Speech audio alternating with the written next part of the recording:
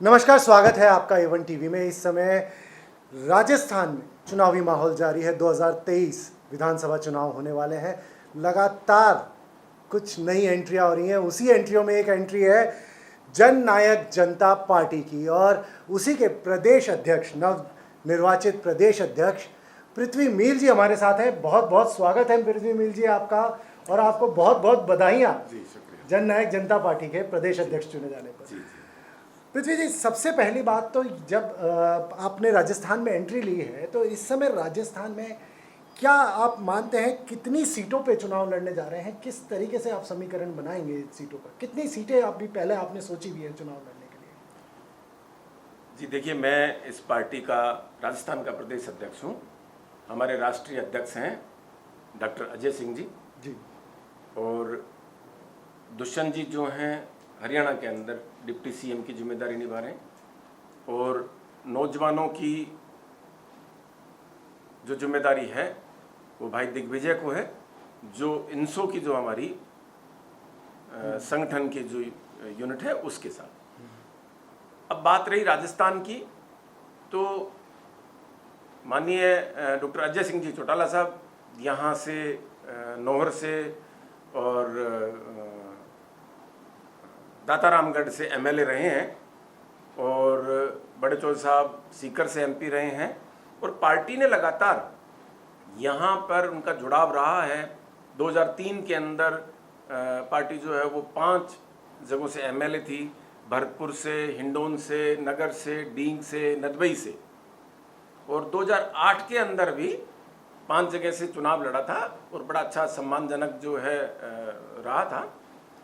अब आगे जो है पार्टी का बीच में थोड़ा सा एक गैप हो गया, जिसकी वजह से आप जानते हैं कि हरियाणा के अंदर जो कांग्रेस सरकार थी, जिसकी वजह से अजय भाई साहब को, चौटाला साहब को जेल जाना पड़ा। जो मुद्दा है राजनीतिक मुद्दा है, लेकिन ये परिचित है भली भांति कि क्या वो था, मैं उन पे नहीं जाना चाहता। लेकिन चूंकि पार्टी का समय जो है हमारा वो वहाँ पे खराब हुआ, लेकिन अब एक नौजवानों के रूप के अंदर री-एंट्री हो गई है, री-एंट्री है जी। और यहाँ से वाकिफ अच्छे तरीके से हैं। पूरा राजस्थान के अंदर जननायक जनता पार्टी के, जेजेपी के कार्यकर्ता हैं, उसकी विचारधाराओं से लोग प्रभावित हैं, चौधरी साहब के टाइम से ही।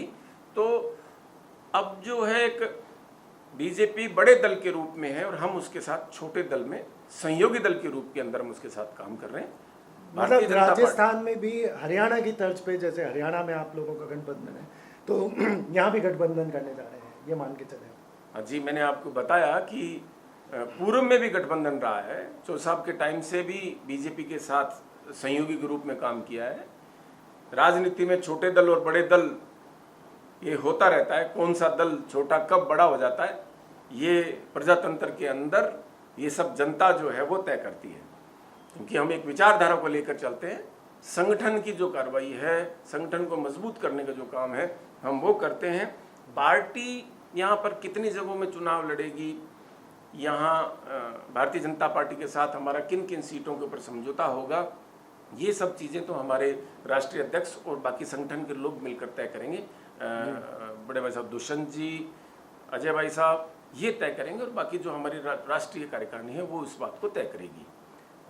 तो अब जैसे अगर हम बात करते हैं राष्ट्रीय कार्यकारिणी तो तय करेगी, पर राजस्थान के जो समीकरण को देखें तो क्या आधार क्या मान के चलेंगे आप सीटों को जब तय करेंगे बीजेपी से कि कौन सी सीटें हमें चाहिए, किस किन सीटों पे हम चुनाव लड़ना चाहेंगे? तो कुछ आधार, कुछ एक लाइनिंग आपने सोच के रखी है कि इस आधार पे हम सीटें चुनेंगे, समीकरण क्या रहेंगे? क्योंकि आप जैसे किसान लोगों को फॉलो करें, मतलब किसान आप लोगों को बहुत फॉलो करते हैं, किसानों की पार्टी है, जाटों की पार्टी है, तो उस हिसाब से क्या समीकरण लेके चलने वाले हैं आप सीटों के लिए? देखिए, हम तो ये समीकरण लेके चल रहे हैं कि हम एक छोटे दल में और एक सहयोगी दल के रूप के अंदर भारतीय जनता पार्टी के साथ में हैं, और हम उसकी ताकत को मजबूत करेंगे।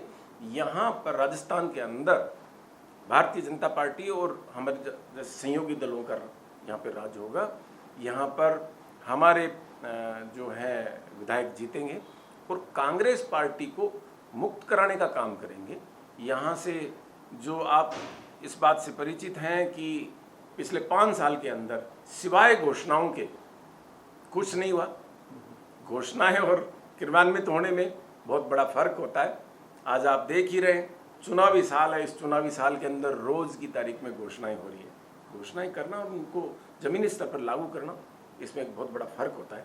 और चौधरी देवलाल जी के टाइम से ही हमारी जो पार्टी है वो घोषणाएं जो है बाद में करती है, पहले लागू करने का काम करती है, लागू करने की प्रक्रिया के ऊपर काम करती है।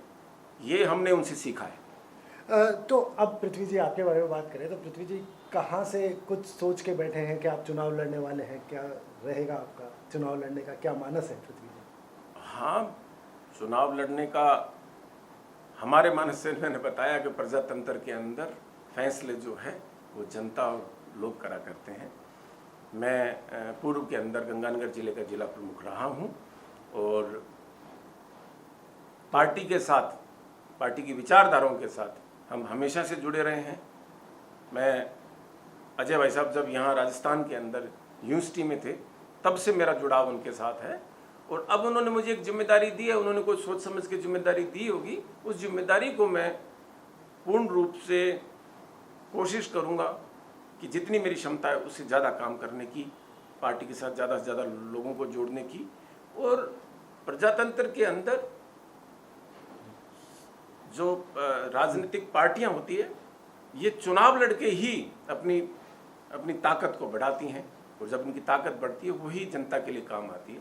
तो निश्चित तौर के ऊपर चुनाव लड़ने का मन है और ये बातें कि कौन कौन सी सीटें होंगी, कहाँ होंगी, पूरे राजस्थान में प्रदेश के अंदर सब कार्यकर्ताओं से बात करके और हमारे जो राष्ट्रीय कार्यकारिणी है और हमारे जो पर हैं वो लोग ये बात को तय करेंगे। मैं पृथ्वी जी का मानस जानने की कोशिश कर रहा था कि अभी पृथ्वी जी कहाँ से चुनाव लड़ना चाहेंगे? जैसे कि आपने आपके 2003 के जो नगर हिंडौन, भरतपुर, डीग की साइड में जो था, या फिर गंगापुर सिटी, गंगानगर जहाँ के आप नगर अध्यक्ष रहे हैं, जिला प्रमुख रहे हैं, तो वहाँ पे लड़ना चाहेंगे या कहीं और? आपका क्या मानस है? मैंने बताया ना आपको, हमारा मानस तो है पार्टी के लिए काम करने का और पार्टी अगर आदेश देगी, जिस भी सीट से देगी उससे लड़ेंगे। हमारे जो प्रभाव की सीटें हैं, सूरतगढ़ है, लुणकनसर है, नौहर है, आपके फतेहपुर है, कोटपुतली है, कुछ चीज़ें जो है, कुछ सीटों को अभी हमने तय कर रखा है जिन पे हम विचार कर रहे हैं। बाकी और पूरे प्रदेश भर के अंदर जो कार्यकर्ताओं से बात करके वो चीज़ें तय करी जाएंगी। एक चीज़ और कि अब जो चुनाव का मामला शुरू हो ही गया है, तो आपका नारा क्या रहेगा? क्या मोटो लेकर जनता के बीच में जाने वाले हैं? क्या नारा रहेगा यहाँ पर राजस्थान में? हमारा नारा रहेगा कि कांग्रेस मुक्त हो ये राजस्थान। जो ये खोखी घोषणाएं कर रहे हैं उनसे आम जनता का जो है वो कहीं कोई भला नहीं होने वाला है। हम तो यही चाहते हैं कि इसके अंदर भारतीय जनता पार्टी और हमारे सहयोगी दलों का इसमें यहाँ पर जो ये खाली घोषणाओं पे काम नहीं करते हैं। किसान को आज आवश्यकता है उसकी जिस भी चीज़ की, बिजली है, पानी है, सड़कें हैं। बिजली तो 2000 यूनिट फ्री कर दी है गवर्नमेंट ने किसानों के लिए। हाँ हाँ, वो मैंने सुना है। अब आप ये देखिए कि माननीय अशोक जी गहलोत 3 बार मुख्यमंत्री रहे अपने 14 साल के कार्यकाल के दौरान। उन्होंने एक भी जिले की घोषणा नहीं करी और आज उन्होंने बड़े थोक में बांट दिए, बोले तू भी ले जा, तू भी ले जा। हमने सुना है कि एक अभी पंचायत थी, उसको नगर पालिका का दर्जा मिला, अब उसको जिला बना दिया गया है। ये बात तो यहाँ रही। फिर अब बात करें, जैसे नारा तो आपने बताया कि कांग्रेस मुक्त आप चाह रहे हैं, पर मुद्दे क्या रहेंगे? चुनावी मुद्दे क्या रहेंगे? किन मुद्दों को लेकर आप चुनाव लड़ेंगे? मुद्दे किस प्रकार से चुनेंगे? क्या मुद्दे रहेंगे इसमें? हिंदुस्तान जो है असल में गांव में बसता है और गांव